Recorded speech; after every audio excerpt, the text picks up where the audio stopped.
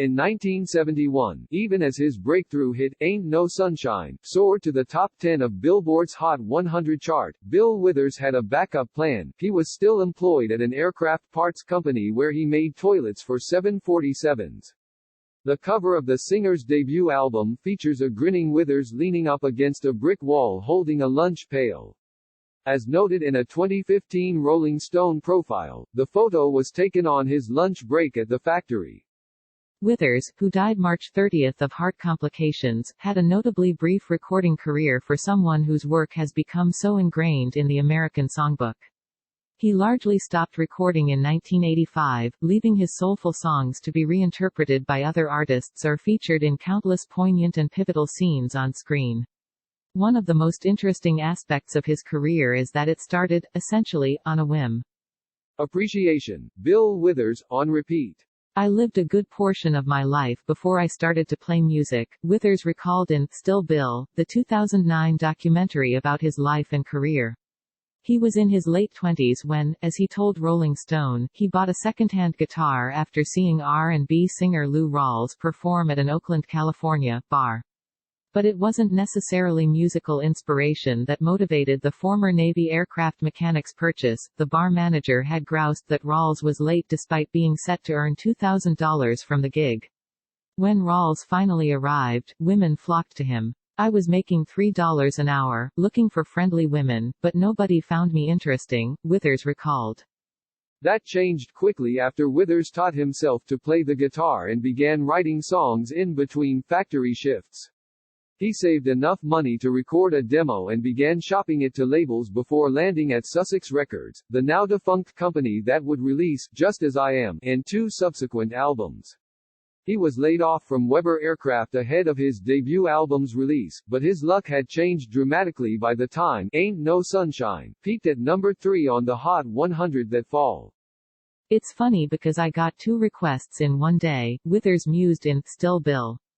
I got a letter from my job saying that I was called back for work. And I got a request to do the Johnny Carson show. When Withers made his Tonight Show debut in November 1971, Carson, like many other figures who would interview Withers over the years, wanted to know about the singer's previous profession. "You were a craftsman, you make John's toilets, right?" the late-night legend asked. "Oh yeah, it was a good job. I had a lot of fun doing it," Withers replied to audience laughter. His foray into the entertainment business necessitated some adjustments for the Slab Fork, WVA, native, who was open about struggling with a stutter well into adulthood. "New words started to enter my life that had never been there before, like handsome," Withers said in Still Bill. "Boy, you sure do get better looking when you get a hit record." The next few years brought even bigger hits, including the chart-topping Lean on Me, which was inspired by the coal town that had raised him. But Withers grew frustrated after landing at Columbia when Sussex Records folded in 1975. There, he was forced to work with executives who racially stereotyped him. He recalled one A&R exec suggesting he cover Elvis's In the Ghetto and attempted to stifle the creativity that had led to his unconventional early hits. The question for Withers, he explained in Still Bill, became, can I still stay in this business and be effective and make a living and not have to play this fame game? I wasn't any good at it. Withers's discography flourished long after he retired from performing, but he opted out of the spotlight in favor of spending more time with his family. "I can make a record if I want to, but I'd rather spend the time home with my kids and snuggled up under my wife. It's warm in there," Withers told the Post in 1991 ahead of a stint at Blues Alley.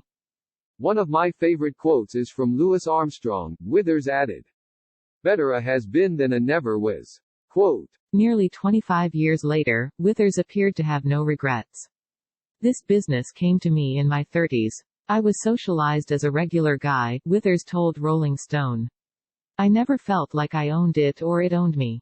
Read more. The story of Kenny Rogers and Dolly Parton's decades-long friendship.